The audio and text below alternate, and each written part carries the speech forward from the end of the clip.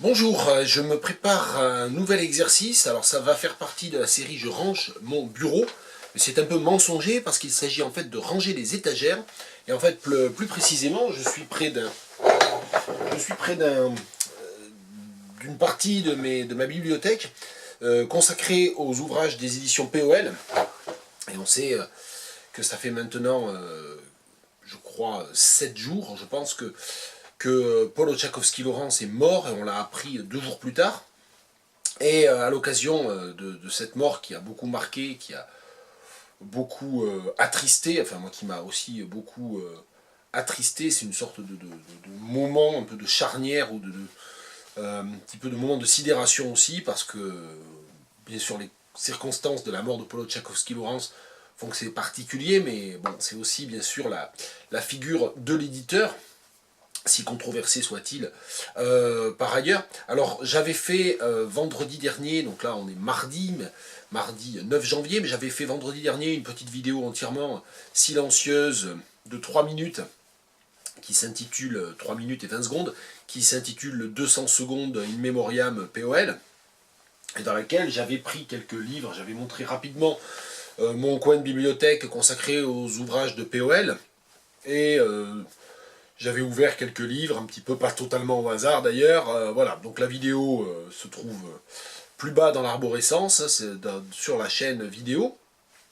Mais voilà, ce qui se passe, c'est que pour faire cette vidéo, 200 secondes in memoriam POL, j'ai mis un peu le bazar, et même beaucoup, j'ai mis passablement le bazar sur mon rayonnage POL, qui était déjà un rayonnage un peu particulier, parce que j'avais commencé à entasser les livres sur une deuxième épaisseur, donc là j'ai pas assez de place sur ce coin de bibliothèque pour les ouvrages POL, et donc je me suis dit que j'allais essayer de faire une vidéo dans laquelle je range ces ouvrages, c'est-à-dire j'essaie de les remettre un peu par ordre alphabétique, j'essaie de faire en sorte que ça soit un tout petit peu moins le bazar. Alors j'ai désormais un tout petit peu moins de 14 minutes, je pense que je vais pas y arriver, donc c'est une performance bibliothèque complètement idiote, sans doute, et probablement pas du tout intéressante, qui se prépare. Alors juste un dernier mot de préambule.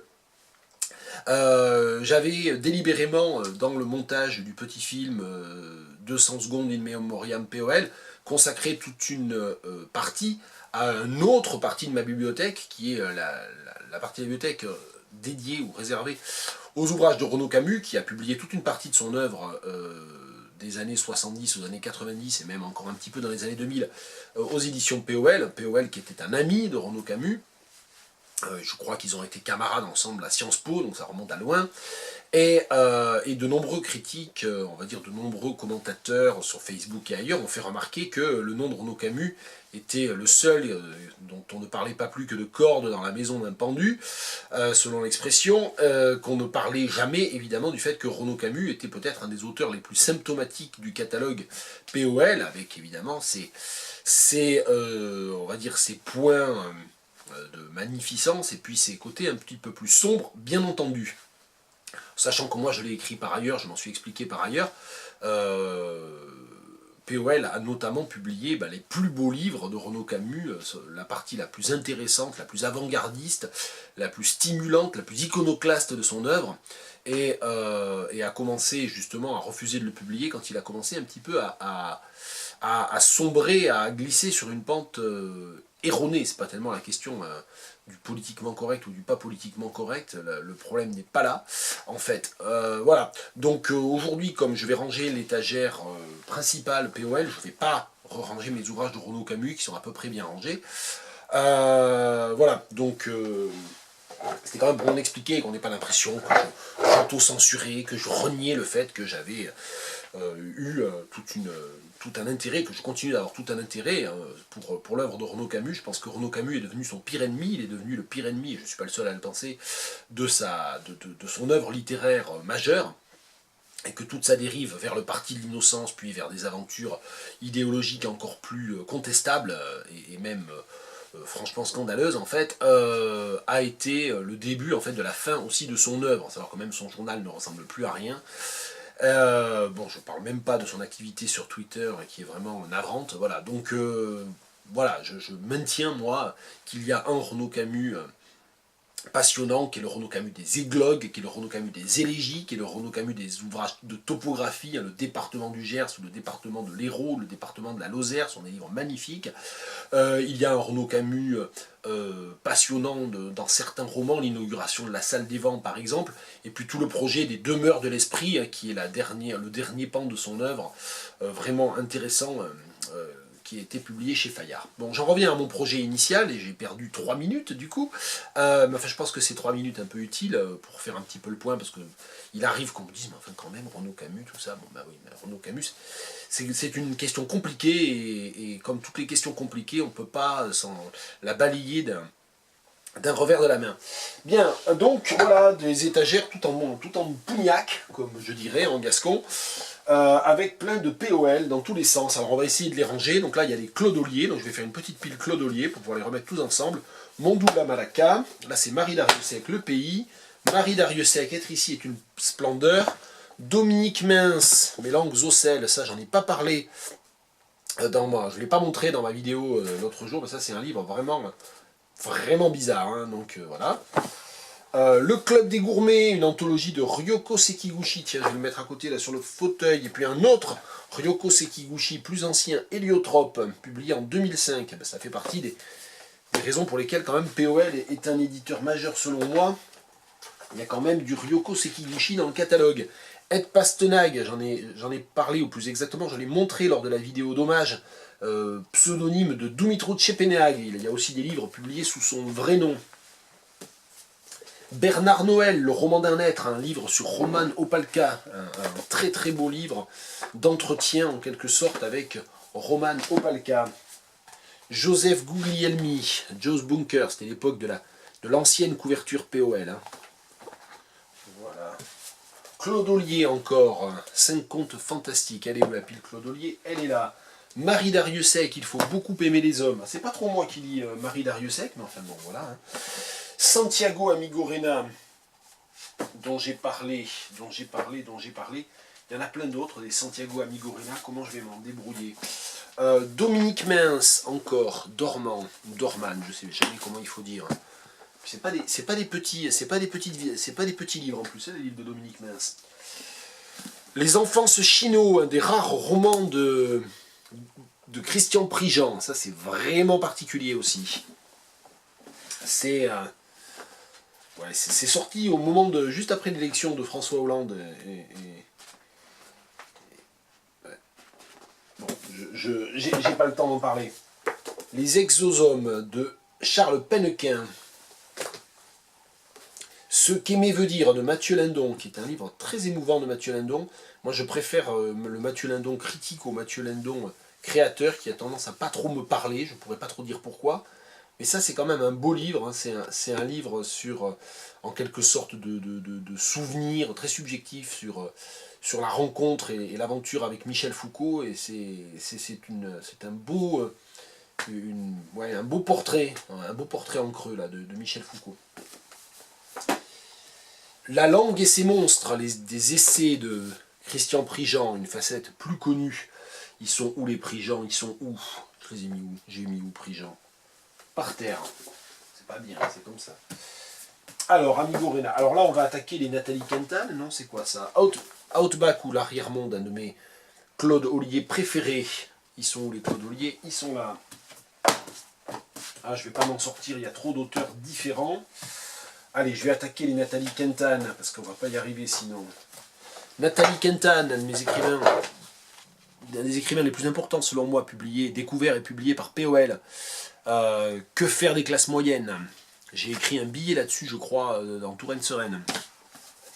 Crâne chaud, descente de médium. Il y en a plein d'autres. Ça c'est quoi? Ah tiens, ça c'est Ryoko Sekiguchi, un très beau petit livre sur l'enregistrement des voix, la voix sombre. Ça c'est Ryoko Sekiguchi. Santiago Amigorena, encore. Ils sont où les Santiago Amigorena? Ils sont là. Jean Rollin, dont je viens de finir le tout dernier livre, le Traqué kurde, il est encore sur ma pile de livres en cours de lecture. Là c'est Savannah.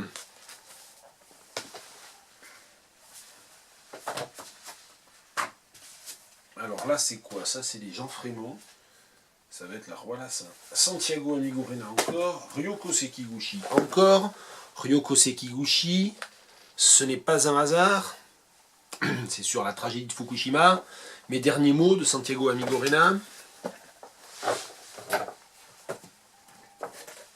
Le bourgeois versifié de Jacques Jouet. Réécriture en vers du bourgeois gentilhomme. Ça c'est tout récent. Et Notre vie dans les forêts de Marie Dariussec. Alors, qu'est-ce que j'ai d'autre? Là, j'ai quoi? Je sens qu'à la fin de la vidéo, je vais avoir encore plus de bazar que d'habitude. C'est ma femme qui va être contente. Jean Frémont. Marie Dariussec, encore. Claude Ollier, Simulacre et Hors-champ sont les livres de journal d'écrivain de Claude Ollier. On ne parle pas assez de Claude Ollier. Écrivain hyper important, Claude Ollier. Alors, qu'est-ce que j'ai d'autre? Ben, j'ai d'autres. Claude Ollier qui se promène là. Claude Ollier, Cahier des fleurs et des fracas. Nathalie Léger. Ah oui, on n'en parle pas de Nathalie Léger aujourd'hui. Nathalie Léger, qui a fait un livre sur l'exposition. Moi, je préfère son livre publié aux éditions Alia sur Beckett. Je ne sais plus comment ça s'appelle, Les vies mystérieuses ou je sais pas quoi de Samuel Beckett. Je ne sais même plus où je l'ai. Il est quelque part par là. C'est pas le sujet. On file.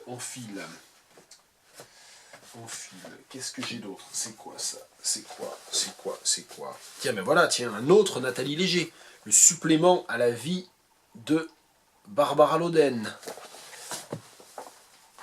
Olivier Cadieux, autre écrivain important hein, de chez POL, que moi j'aime pas trop, enfin qui a tendance à m'ennuyer. Mais bon, je préfère ce qu'il a écrit pour Catonoma et Rodolphe Burger que ses livres. Mais bon, il ne faut pas le dire, donc, mais je l'ai dit quand même, trop tard. Qu'est-ce qu'on a d'autre? Atik Raimi, bien sûr. Tiens, encore un Marie Dariussec, le bébé. Les Kentan, je vais les mettre par terre parce que j'ai plus la place. Petite nuit, ça c'est un livre très émouvant de Marianne Alphand. Je l'avais chroniqué, je crois, sur mon site Musicien Masque de mots, sur mon blog. Atik Raimi, Terre et Cendre. Il est très très beau celui-là aussi. On en a moins parlé que des autres, mais il est très beau. Alada de Gérard Gavary. J'ai le droit de dire que je ne me rappelle pas du tout de ce livre. Je sais que je l'ai lu, mais j'ai aucun souvenir de ça. Il y a ça aussi dans les bibliothèques, hein, les livres dont on ne sait pas ce que c'est. Alors, qu'est-ce que j'ai? Tiens, si je fais mes piles. Ceux-là, c'était les mieux classés, donc on va mieux s'en sortir. Il y a les premiers Santiago Amigurena, là, une enfance laconique, une adolescence taciturne, une jeunesse aphone.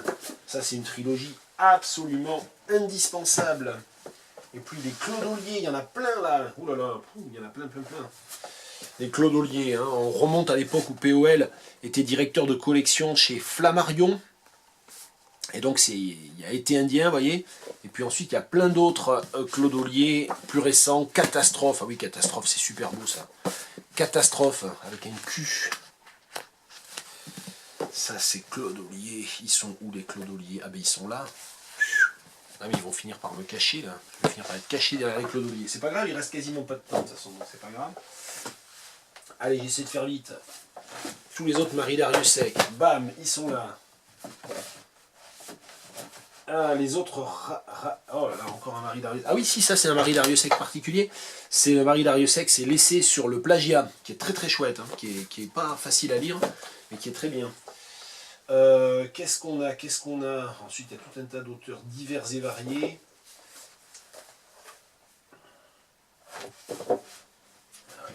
Tiens, il y a encore des Nathalie Kentan. C'est lesquels? C'est les premiers, non? Ouais, Cavale de Nathalie Kentan. Formage de Nathalie Kentan. Ils sont où les Nathalie Kentan? C'est quoi mon bazar là? Sengue Sabour. Voilà, je parlais tout à l'heure des Atik Raimi peu connus comme Terre et Cendre. Il y a un autre, Atik Raimi peu connu, il est là, dans un format particulier, un livre magnifique avec des photos d'Atik Raimi lui-même, Le Retour imaginaire.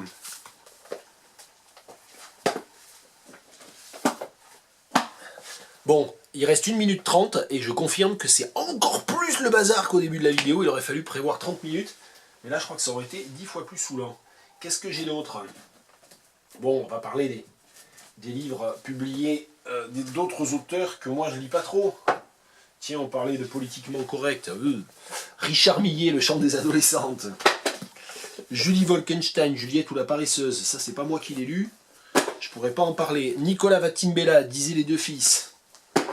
La vie fantôme de Daniel Salnave, ça c'est un beau livre aussi. Vous voyez, c'était encore l'ancienne couverture POL, hein, avec une autre maquette. Et puis qui y a d'autres chez POL dont j'ai pas parlé. POL, il publie qui? Il publie Emmanuel Pagano. Il publie Daniel Mémoire. Ça c'est un beau livre de Daniel Mémoire. Et puis il publie encore Mathieu Lindon, Le cœur de taux. Il publie Marc Cholodenko. On ne peut pas ne pas parler de Marc Cholodenko. Thierry. Un livre en deux parties, d'un côté et de l'autre. Voilà. Eh bien, j'ai rien rangé du tout, mais je vais le faire hors caméra, c'est pas grave. Mais bon, j'ai pu refaire des piles, donc le travail préparatoire au rangement. Voilà, c'était je fous le bazar dans mes étagères. Encore un petit